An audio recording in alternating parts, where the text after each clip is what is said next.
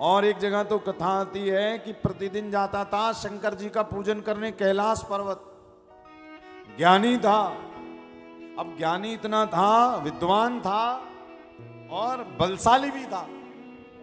तो जब पूजन करने जाता था तो कैलाश पर्वत पे जब भोले बाबा को जरा देर लगे नीचे आने में तो कैलाश पर्वत ही उठा देता था। अब जब कैलाश पर्वत उठाए तो पार्वती मैया भी एकदम हिल जाए पूरी।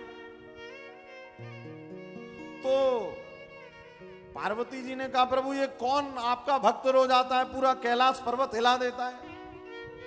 तो शंकर जी कहते हैं अरे अरे जाने दो, एक भगत है। बोले ऐसा भगत कभी नहीं देगा। भाई बलशाली था।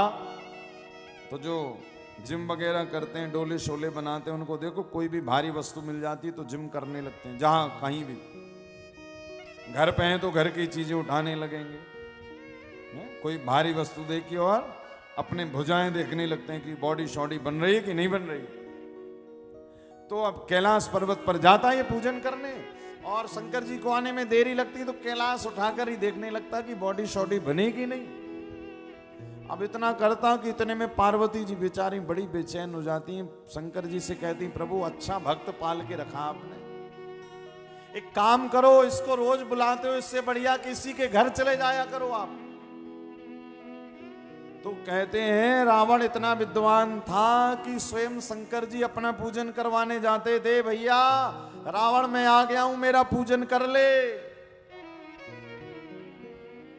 बड़े बड़े 10 दिक्पाल, वरुण, कुबेर, शिव, नारद, सारद, सनकादिक सब ड्यूटी लगाते थे रावण के यहां पर।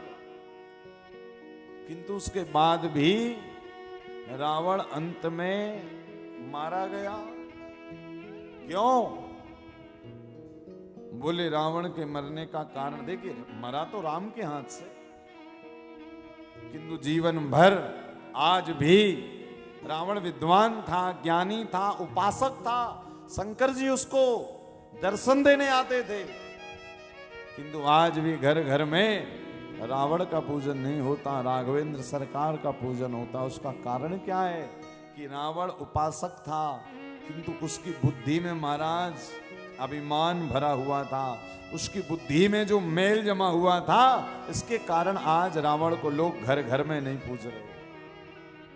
आज हर एक मैया अपने बेटे को राम कृष्ण कहने के लिए तो तैयार हो जाती है, किंतु रावण और कंस कहने के लिए तैयार नहीं होती। क्यों? क्योंकि रावण और कंस का जीवन अधर्म से युक्त था। ज्ञानी थे किंतु अभिमानी थे और उपासक थे, किंतु बुद्धि पवित्र नहीं थी, बुद्धि अपवित्र थी। तो ज्ञान का मतलब ये नहीं महाराज कि आप बड़े सत्संगी हो, आप ज्ञान का मतलब ये नहीं कि आप बड़े विद्वान हो, आपकी बुद्धि प्रखर है।